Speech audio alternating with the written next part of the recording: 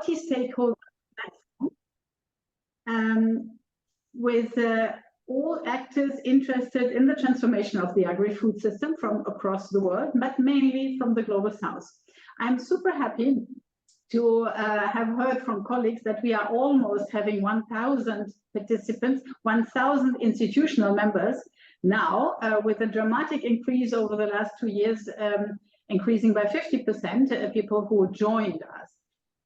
They are not people, sorry, institutions, bringing many people again. So these are from 13 different constituencies, and we are happy, very happy to be able to engage with 2 of them, representing on the one side the science, the agricultural research, and on the other side another very important stakeholder group constituency, farmers representatives, farmers organizations. This is the very essence of GFAR. We are a multi-stakeholder network for all actors interested in the transformation of the agri-food system. And if you want to know how to do that, have a look at what we agreed, what we discussed and agreed at the UN Food System Summit in 2021, and again at the UN Food System Summit +2 event in July this year. We do these GFAR Talks event since last year, since 2 years now. It's no longer an innovation, as I used to say in the beginning. It has become a very much appreciated routine, and we are able to attract more and more people to our discussions. And that is very much thanks to the brilliant speakers we are able to have also today.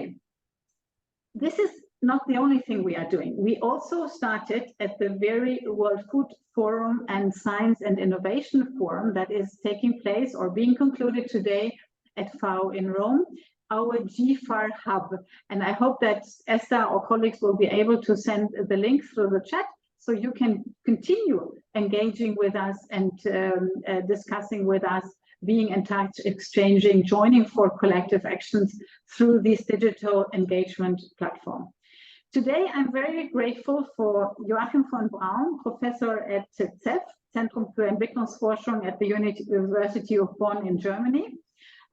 He had and I don't speak about this because our facilitator, Professor Dr. Zayed Azam Ali, will introduce him, but he was the very head of the UN Food System Science Group, and we look forward to hear from him how he looks at things 2 years later. And we are very happy to be with Gabriela Quiroga, a dear colleague and partner in GFAR, representing farmers' organizations.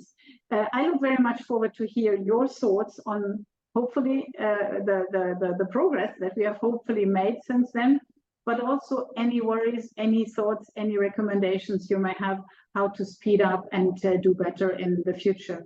We stand ready to support, we as GFAR, and we have been doing so already.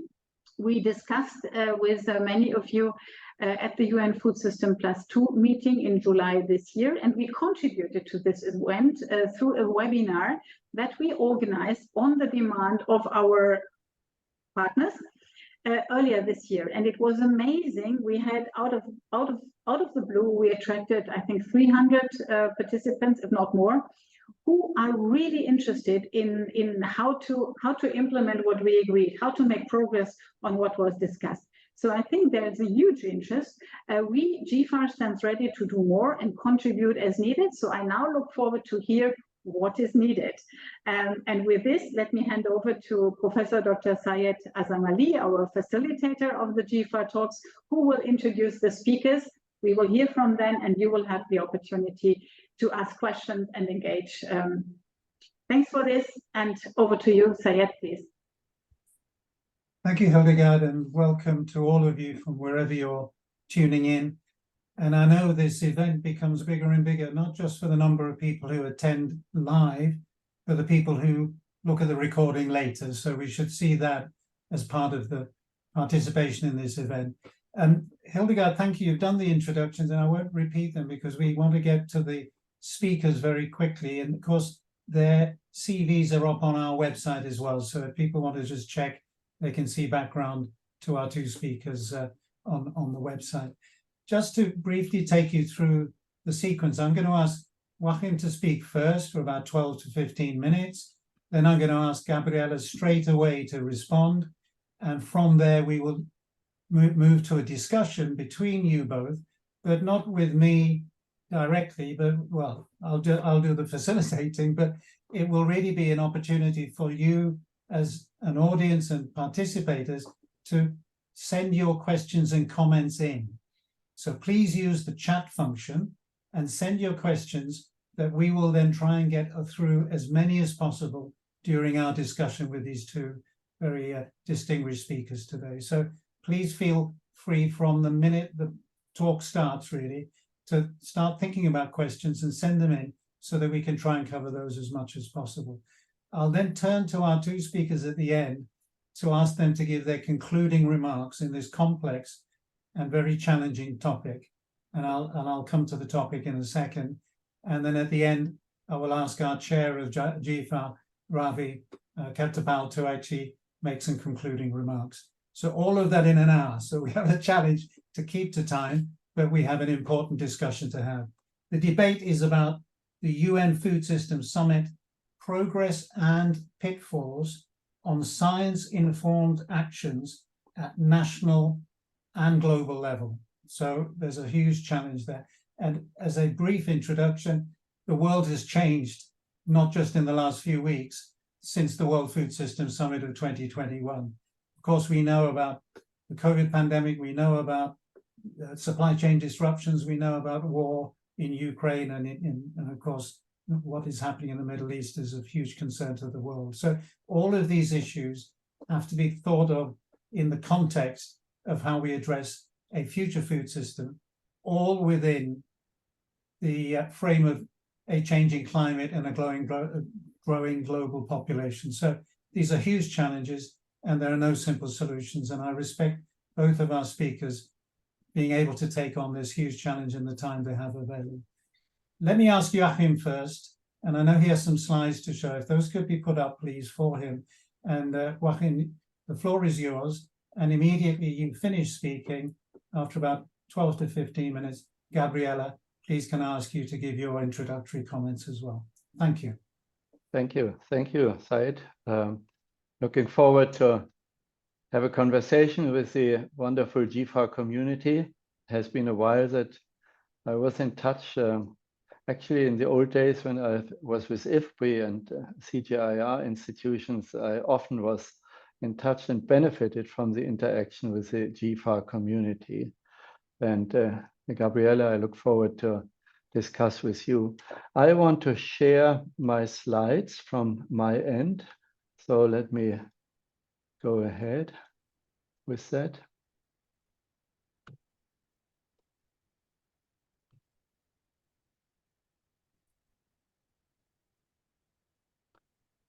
And put them in full. Do you see us? Do you see the screen, the slides? Yes. Thank you. Well, the summit, the follow-up, science-informed actions at national and global level is my topic. Well, benchmarking Food Systems Summit is a complex matter. The 21 UN Food Systems Summit was the first one on food systems, but it was not the first food summit. We had food summits since 1943. And if you look at the outcomes of these the global events, all of them had a meaning.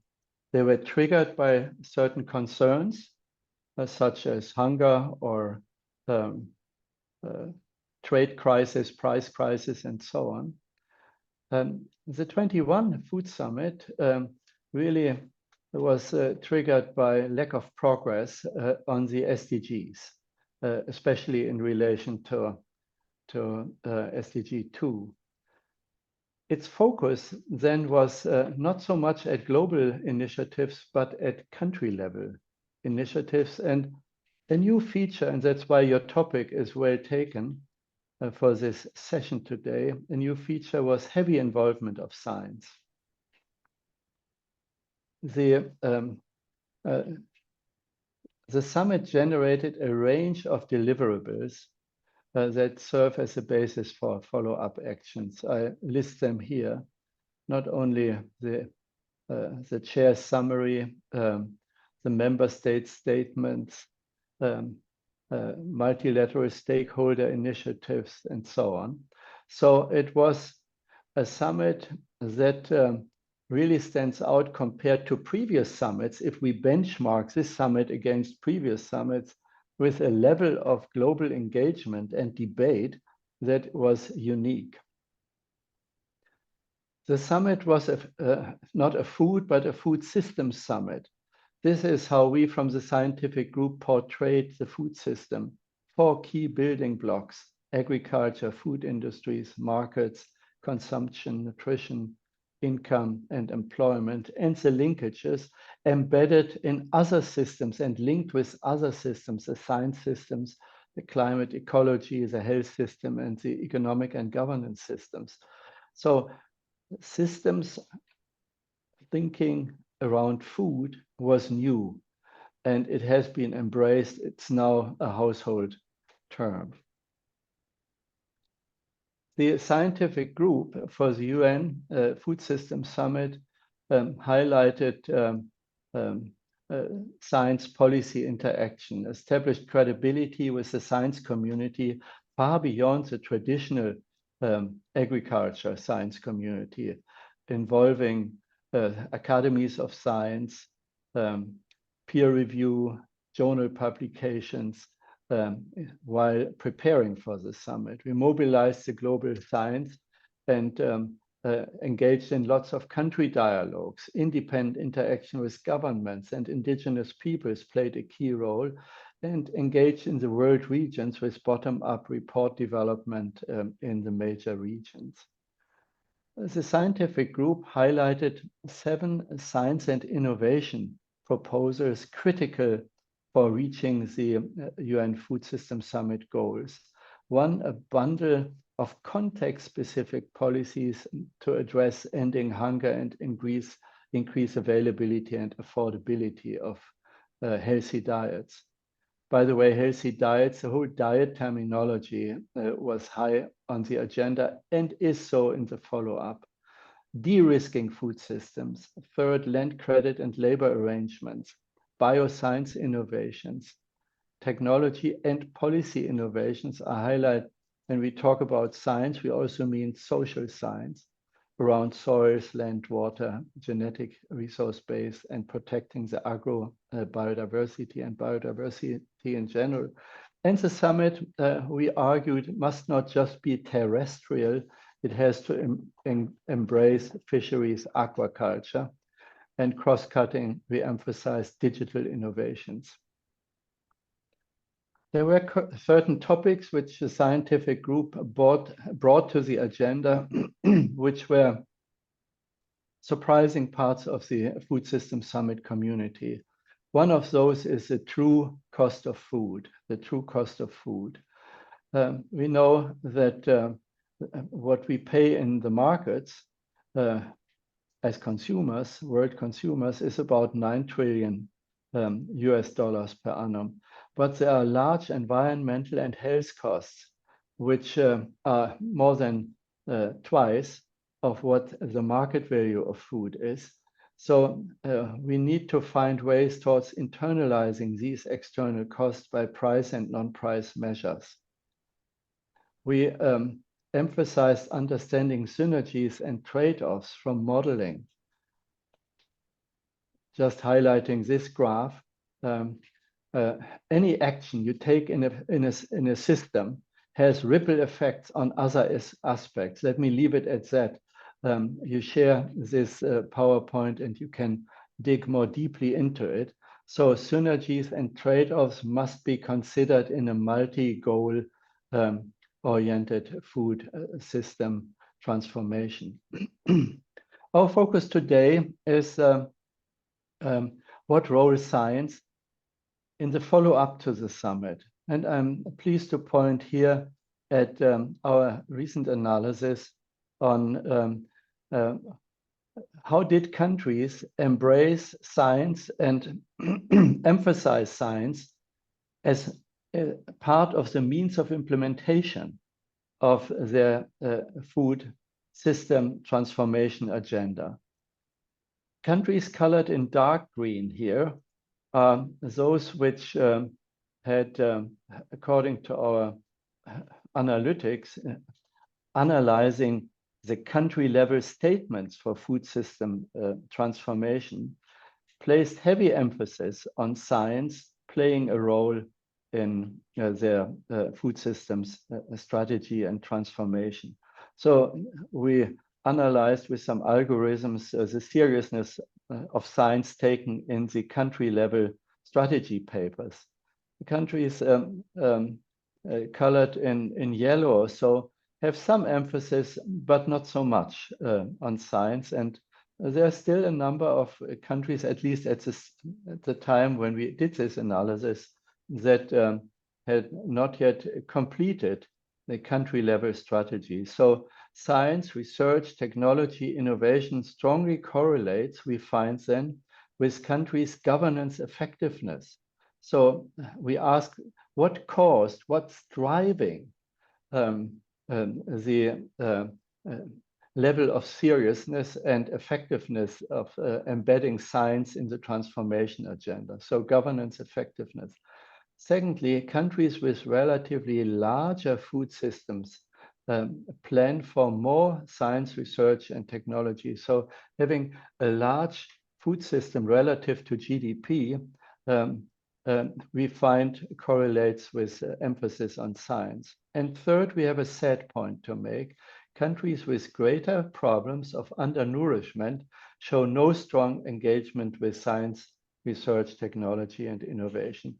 This is a call on GFAR and related communities, because low-income countries, least developed countries with large problems of undernourishment need support to connect to science-based solutions in their context, in their regions and internationally. So let me conclude with a simple balance sheet of promising outcomes and unfinished business of the UN Food System Summit and the follow-up process up till now. On the left-hand side, we have promising outcomes. On the right-hand side, some unfinished business. So positively is to remark we have strong political and societal engagement, much more inclusive, although there are people who are questioning that, much more inclusive than any food summit before. Secondly, an action agenda. The UN Secretary General's statement of action with a systems focus and so on are noteworthy. The focus on national level implementation was appropriately emphasized. National level implementation is so critical. Significant global initiatives to tackle hunger, diets, anemia in women, school feeding, and so on, soil health are noteworthy. And there was a broad scientific engagement, as I said before. But there are unfinished issues. The lack of a finance agenda, number one. Hardly considering trade-offs and synergies. I just gave you this cryptic view of this table to flag that. The modeling communities have highlighted that. There are it was deficient in strengthening the capacities for implementation, especially in low-income countries. We lacked facilitating strong global level actions, global finance, connection to the climate agenda, to the pandemic and to trade. And we lacked innovations for an improved science policy interface. These concerns were highlighted also by the Deputy Secretary General at the closure of the stocktaking event. She, I feel, made 6 very important points, arguing we must embed food system strategies across all national policies for sustainable development. So it really needs to be part of a comprehensive development strategy agenda, the food system strategies. Establish food systems governance that brings together all stakeholders across society. Third, invest research, data, innovation, and technology. So she placed the role of research again high on the agenda, as she did in the summit process, and as did the Secretary General. Fourth, promote engagement and accountability of businesses. Fifth, include full participation of women, farmers, young people, indigenous peoples at local level. And I would add that also needs to be voiced at global level. And last not least, ensure long-term concessional finance, investment, budget support, and debt restructuring, calling on the international multilateral finance organizations who really didn't engage deeply in the food systems summit processes, but have started to take it more seriously now. That was her point number 6. So thank you very much. The scientific group has compiled its main scientific work in this heavy volume. I'm hesitating to tell you it has 900 pages, but I'm proud to let you know that since January, when it was published, more than 600,000 clicks have visited our volume. Thank you for your attention. Joachim, thank you very, very much. Let me turn to Gabriela. Gabriela, the floor is yours. Thank you very much. I'm very thankful to GFAR and the community to give me this opportunity. Very honored to be with Joachim here and share our thoughts and have the opportunity to learn from the distinguished audience and your ideas in a few minutes. So I think I'll be giving a very complementary point of view than what Joachim elaborated right now. I think we all, in the overall, look at the world of today with a lot of concern. We do have all of these crises that have been, following one to another, and we look that, probably in 2030, we still be looking at around 575 million people still living in extreme poverty.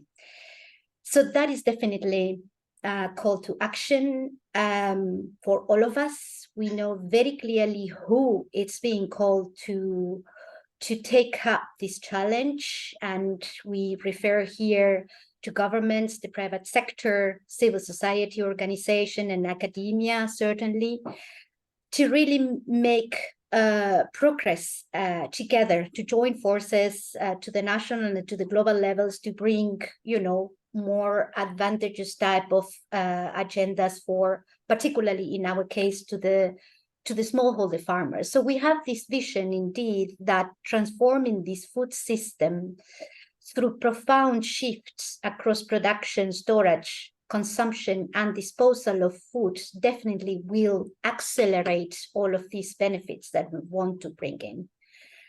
The good news somehow from the stocktaking is that we've seen since 2021 that many countries, we see now some 126 countries that adopted the national pathways, 155 have appointed food system national conveners, and there been, a lot of evidence now on how these countries and the different stakeholders have been engaging in these transformation journeys and trajectories. Because the first thing that we need to acknowledge about this, and I very much agreed on the word that Joachim used, this is an unfinished business. It's because we're talking about processes that take a long time. It doesn't happen overnight or doesn't happen through a few years, but it takes a long time to really coordinate efforts, integrate the approach, sharp somehow global frameworks, but then act nationally and act locally to really have synergetic interventions. But furthermore, as we were saying, we have been facing all of these different crises. We don't recover from the pandemic, and then we get into these geopolitical type of challenges that we're going through, and so on and so forth, that it's very difficult somehow to cope with the different challenges. But as we said, we're hearing very good news with many countries trying to do huge efforts to recognize that food security goes hand in hand with climate action. We need more programs and more actions that tackle both, not only in terms of, getting into policy levels, but also into planning the different investments. And indeed, we've seen that the scientific community has been very engaged in the whole exercise, like somehow 59% of the countries have been participating very closely into this.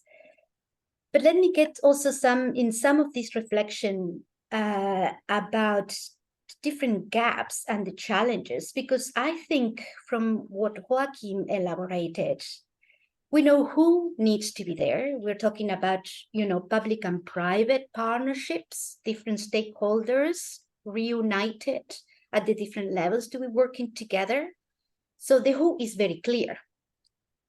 The what needs to be done. He was now talking about the 7 critical innovations that need to be present to really move forward in this agenda. So I think we have a lot of elaboration on the what needs to be done. But I like to reflect a little bit on the how this needs to be done, particularly when we are talking about this full participation, full engagement to bring in smallholder farmers, farmers organizations at the different levels, indigenous peoples, notably women and youth. Because to me, it sounds as that, of course, we need to table them and bring their voices into it, but it goes beyond. We need to co-design with them. We need to include them to think together with us on how this needs to be done. Give shape to different actions and programs with their own capacity as well to shape the form that this needs to be taken from the global to the national and to the local as well. The so-called subsidiarity somehow, it's going to operate here as well. We need to engage everybody. We need to make sure. But then my point being, it's about bringing their voices, their point of view, but giving them also a role into the whole decision-making and the management of resources. Because we have been seeing that, I'm still talking about the gaps, that aid can be also very fragmented. We see an abundance of small and somehow, unfortunately, very uncoordinated projects. So all of us, we need to gather, these different intelligence and this capacity to be more synergetic in the type of work that we do, because the transactions costs are very high. So definitely in engaging them and trying to accelerate this so-called transformation and transitions that we need today, securing the money in a co-designed way that the most possible still reaches the grassroots, I think is one of our key challenges at the moment. We really need to make sure that we do combine these food systems with the climate challenges. We combine different partnerships, and also we do these co-designing processes in a way that there are out there more mechanisms that directly channel, or as much directly as possible, channel the money directly to the FOs. In our experience, actually, this is how, for instance, Agricord was created back in 2023, into trying to tap into the knowledge that it was already existent in farmers' organizations and bring in these agri-agencies as a technical service provider, technical and economical service provider, in the understanding that one answer to the challenges of the farmers' organizations would be that they would develop better and stronger technical services to their members. So we keep doing that as one of these solutions, basically. And we do that more and more into bringing the possibility of the co-design at the different levels, actually. So we do need actually, I think, into, the gaps again that are present into the whole discussion.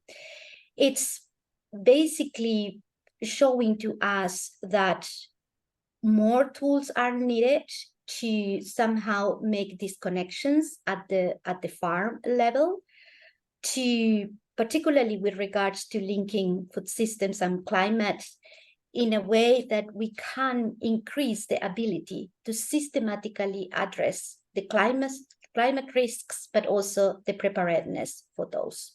We need to enhance more visibility. We need to spur innovation. And this is why the GFAR community and involving science, it is very important, because the knowledge travels not only south to south, but also south to north and north to south as well.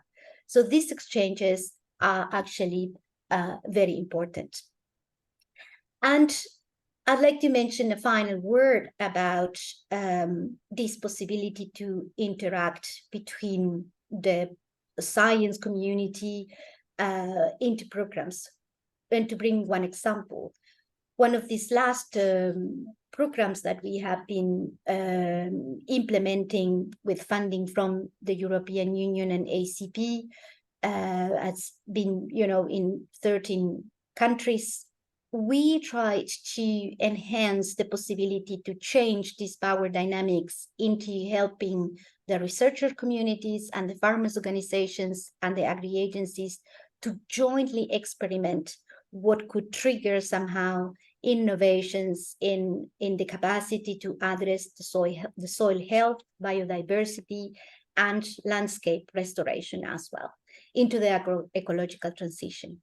And we do believe, and we've seen it in the fields, that farmers, researchers, and technical organizations like the agri-agencies can definitely work together and deliver research in the fields, and also bring in advocating work so they can liaise with their own governments as well into, connecting with these different pathways and the countries that have been moving forward this agenda. So we think that also the new forms of governance that has been introduced and have been facilitating the cross-sector collaboration, it is also very important through the topics that we still need to be picked up in the agenda of the food systems transformation.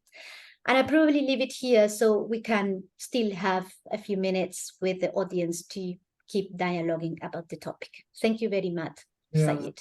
Thank you. Enormous amount to take on board there. We can't begin to cover all of that. I'm also getting loads of questions from the audience and participants. And I want to refer to something which both of you picked up on as my first question, which actually reflects something from one of our participants. National pathways. And what was said was the poor, the dispossessed, the malnourished are falling further and further behind. And surely the objective here was to leave no one behind and to bring everybody forward in the direction that the Food Systems Summit aimed for. That's why it was a Global Food Systems Summit. Can I ask each of you to reflect on how do we help those countries that are falling further in behind, indeed becoming malnourished, more malnourished than they are now, and their people? How can we help them on their national pathways to be able to continue to catch up and move forward in the overall aims of the summit? Gabriela, perhaps you can go first on this, then I'll ask Joachim then to respond. Thank you. I think, one of the main ideas I already mentioned is this linkage between, the food systems and the climate action as well. I think that should be, it's impossible to tackle all the topics, but I would say that one way to accelerate this is just to make quick mapping. So who are the ones in the different countries that are perhaps touching both topics? And definitely find, where are the synergetic opportunities actually, and just make some priorities. That would be my very practical question about it, because if they're lagging behind, it's, of course, we can guess it's a matter of resources, financial resources, but not only.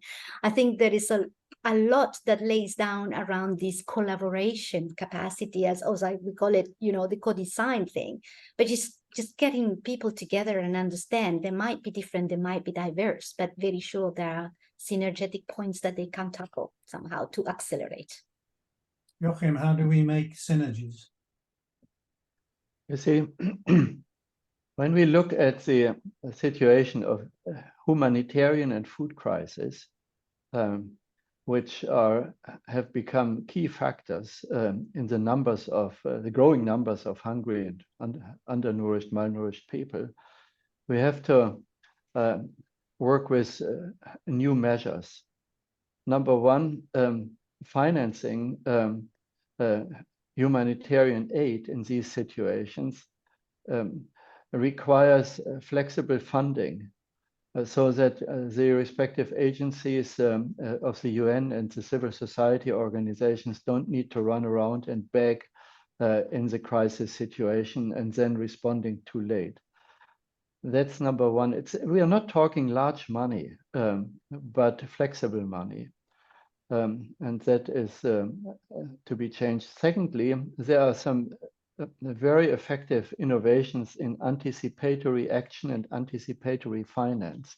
So we have more and more capacity to predict where crises hit and act early.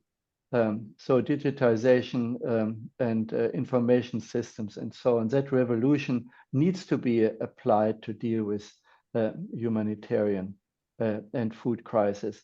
And we need to connect the actions to longer term sustainability enhancing investments in these hotspots. We just had a conference bringing together actors from Haiti, Afghanistan, Syria, Sudan, Congo, and so on.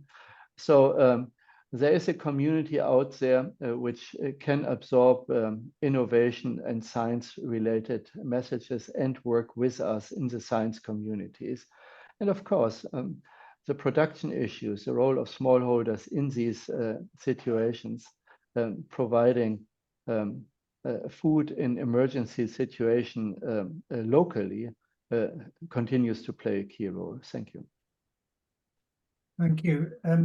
I'm really trying to put together questions which we have because there's so many and I'm trying to link them, but I want to come back, Joachim, to your introductory comments and the very good summary that you gave at the beginning. Sustainable development goals, whether we achieve them or not, have got targets, they've got timelines, they've got specific deliverables by 2030. It's very concrete.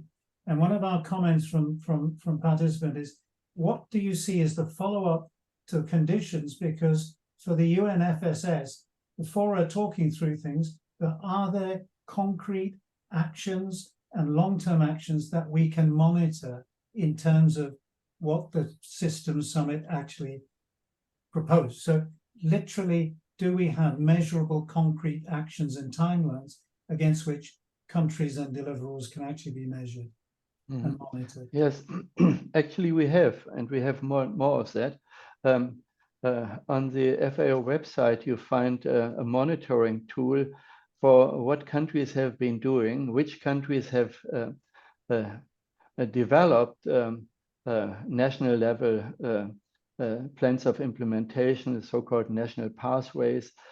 Some of them are very concrete and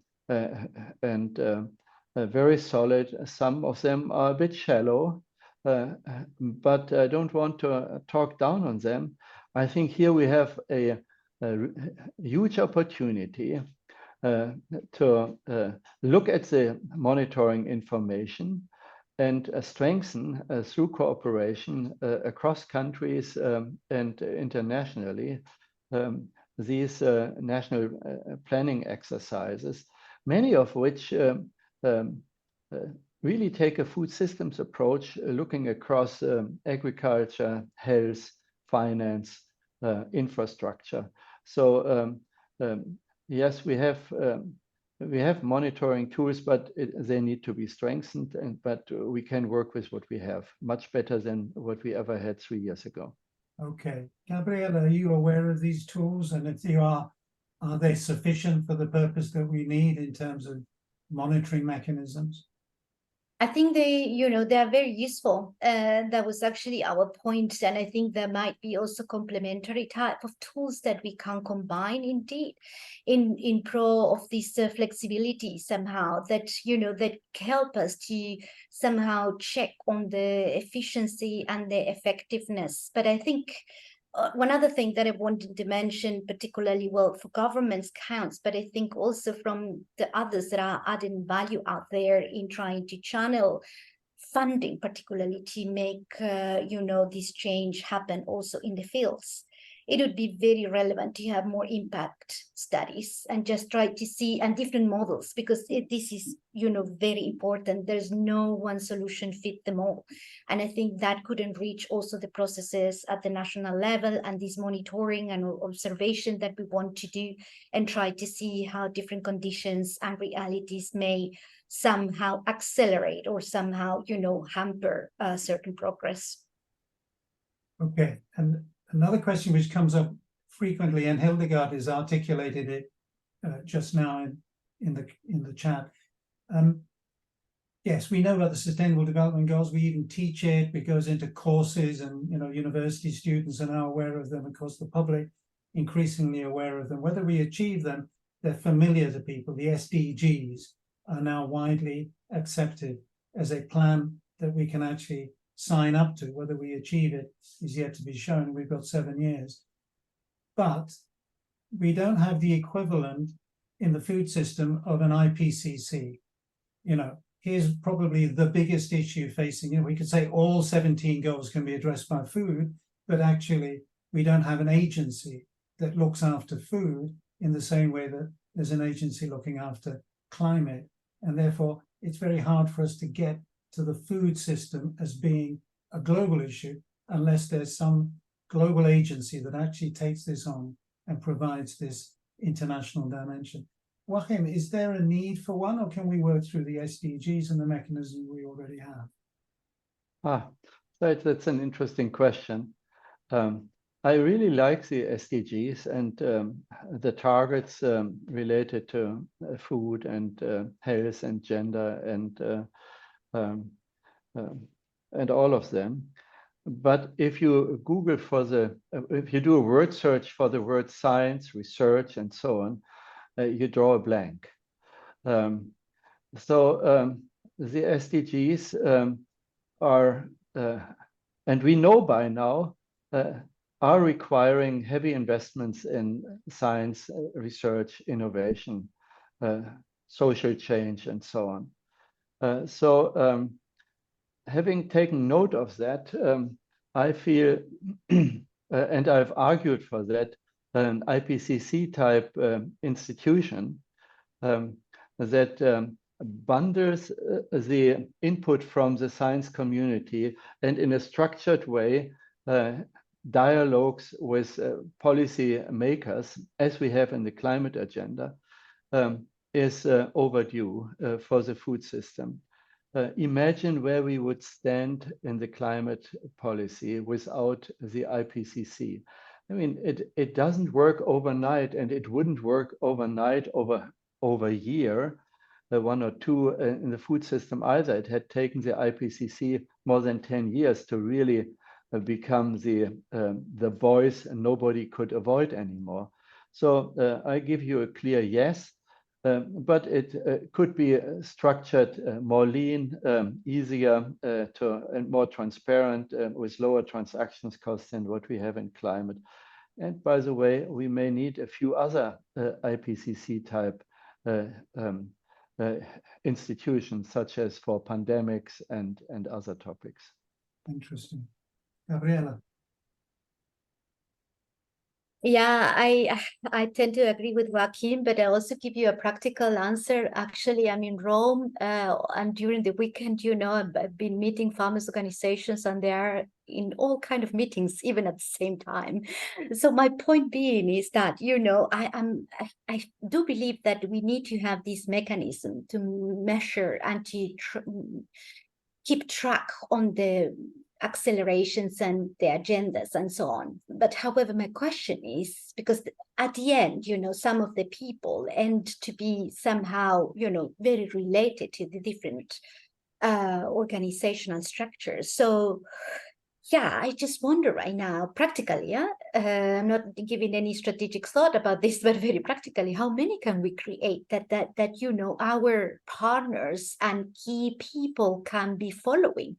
Also, just in the understanding that most of our colleagues or focal points in these issues, they need to get back to their own countries and help us, because there is the main field of happening for the acceleration. So I really, like to maybe give it a thought, and some of the, the existing ones, whether is it possible to combine agendas, or does this justify to create a new one? It's just food for thought for me. I mean, I'd be eager to listen other opinions about it. Well, let me pick up on. I may just throw one word in. If you look at the climate conferences, the COPs, until Glasgow, so the previous 20 or so, never had the word food, agriculture, water in them, never. So only in Sharm el-Sheikh that became a clear agenda, because the climate community had too narrow an agenda, and they kept, if I may say so, us out.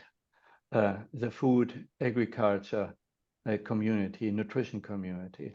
So I think we need the bundling at a higher level, but we need to take note that there is competition over topics. And I'm afraid I agree with you, Gabriela. It takes a lot of time. And for Gabriela, that is, for all of us, that's time we don't have, because of course the emergency is with us now. This is a perfect storm that we're in, and the world is full. Our world is full of acronyms. UNFSS+2, SDG. All of the things that we talk about. IPCC. These are words that trip off the tongue for us, but they're not familiar to farmers. They're not familiar even to, the public.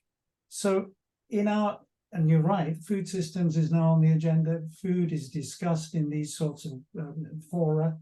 And of course, we're really aware that food is now becoming increasingly important because of the cost of living, if nothing else, and the cost of food, which I might come to towards the end. But how do we get the constituents, the farmers and the communities that are actually the deliverers, to be the agents of change?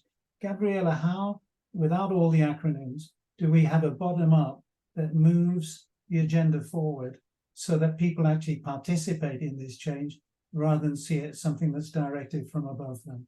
What is the role that farmers and farmers groups and your agency has that you can actually move things forward, and the synergies that you've already articulated between different nationalities and different groups? Yeah, I think, we reckon that there is indeed a lot of competition into these topics as well. But the only way that we have found is that, understand very well what is happening at the national level is one of the key points. And as we always said, well, sometimes it may happen that certain sectors, organizations are not necessarily invited, but we always encourage and say, you map, you understand who is playing a role out there, and you make your way out of it, towards it. So, you can be still participating. But as we said, it goes beyond participation and voicing needs. It is about asking, how do we make it work? What is the added value of every partner that we have around the table? This is a key point.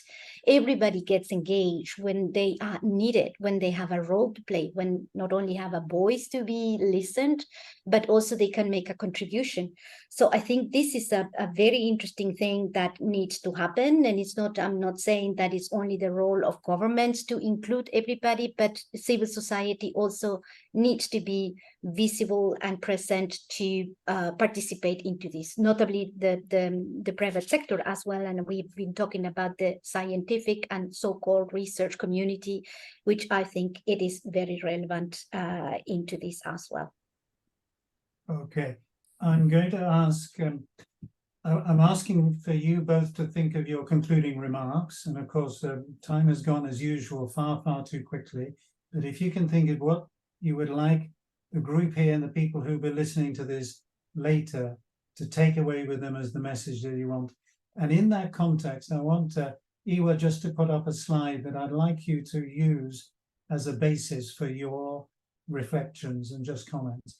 And it's one that really I think is the central issue that we now have to face. You can see the slide demonstrates the evolution of the food price index. And I just mentioned this about the cost of living. And I've just put some photographs on it, but 2020, COVID, 2021, supply chain disruptions, 2022, Ukraine war. Who knows what that line will be showing in 2023, 2024.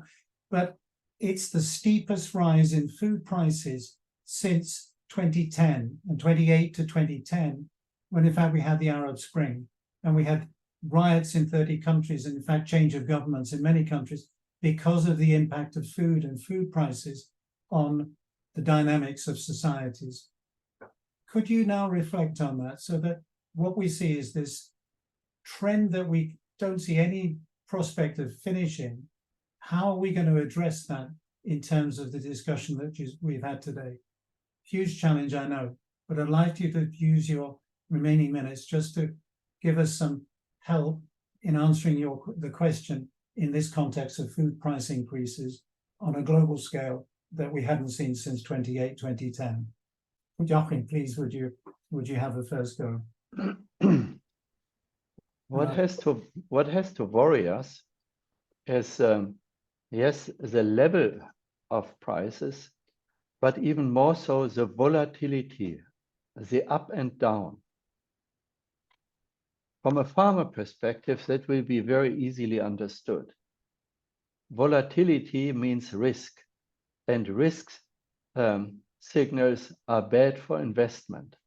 So no surprise that although we have these high price increases in 2021, 22, and then trickling down in 23, now in danger of coming up again,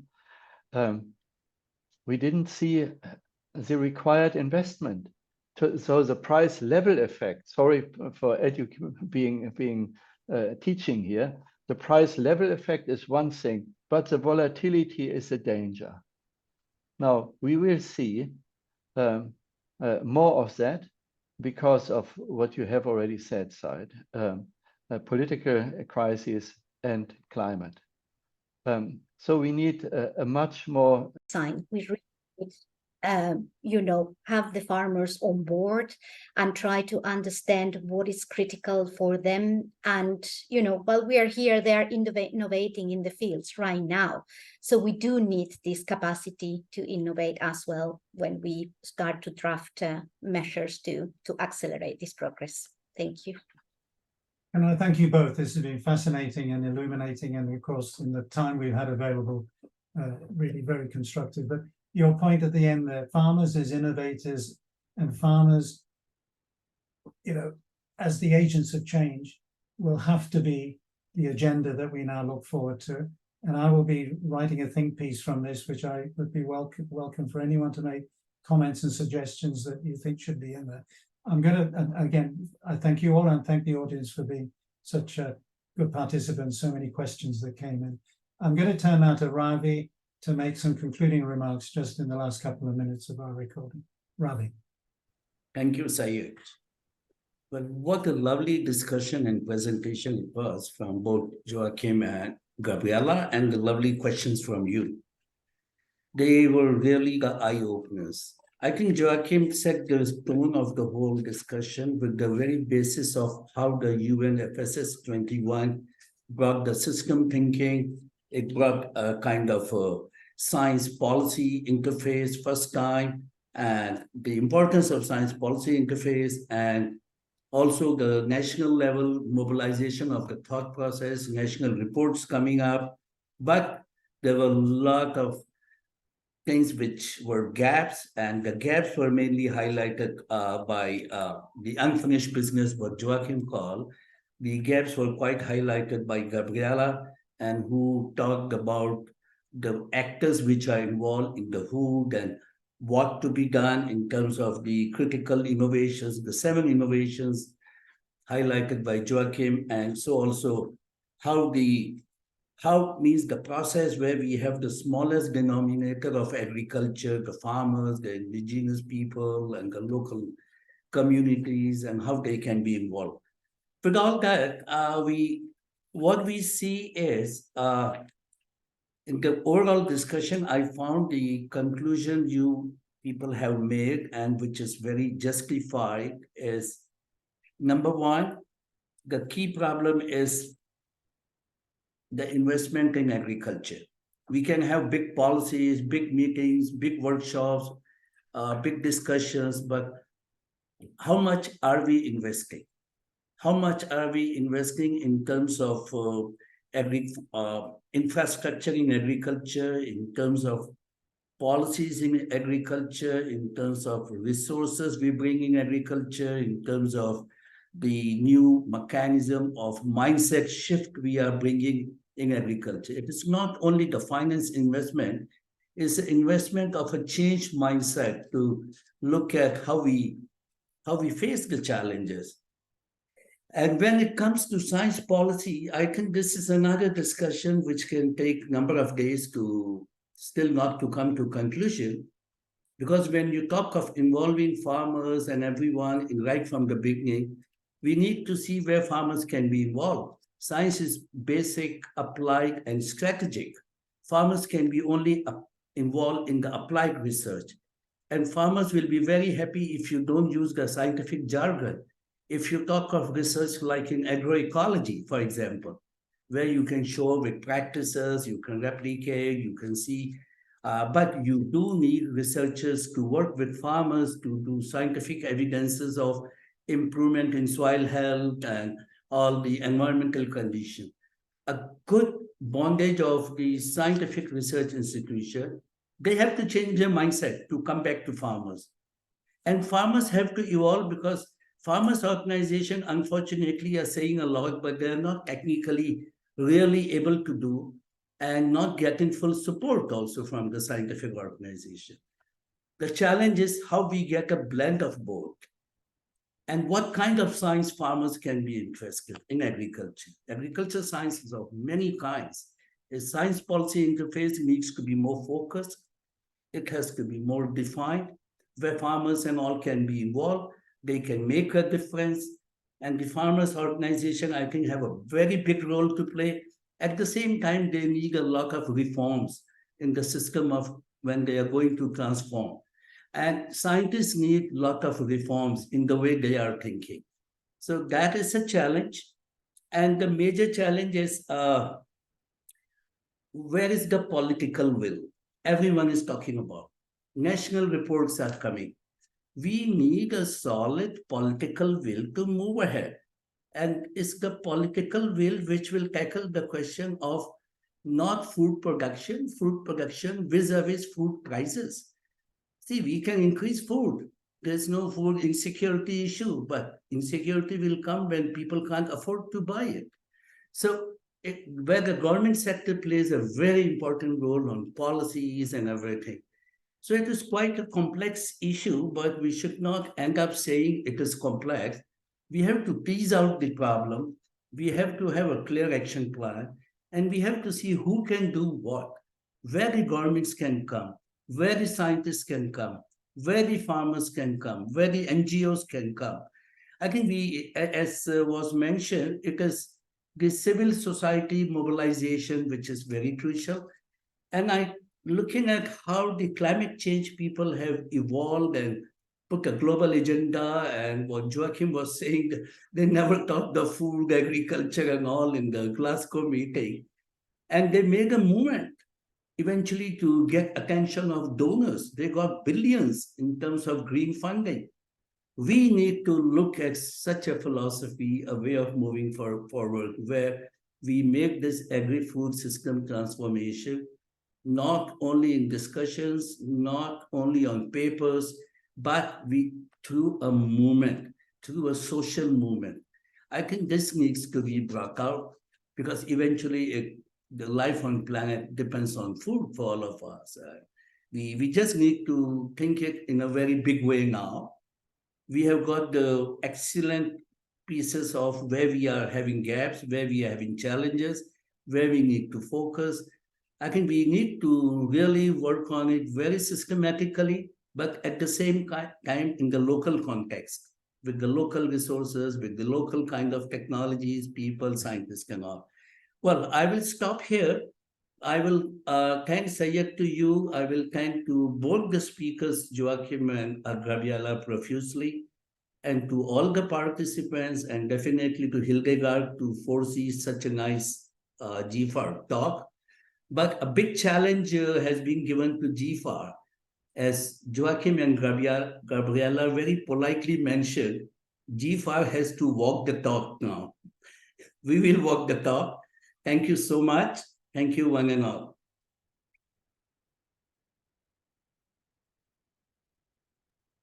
We will do our best with all your support. Multi-stakeholder action. Yeah. All Bye-bye. design. Thank you. Thank you Thank very you so much. much. Thanks. Thank you so much. Have a Yeah. great day. Thank you.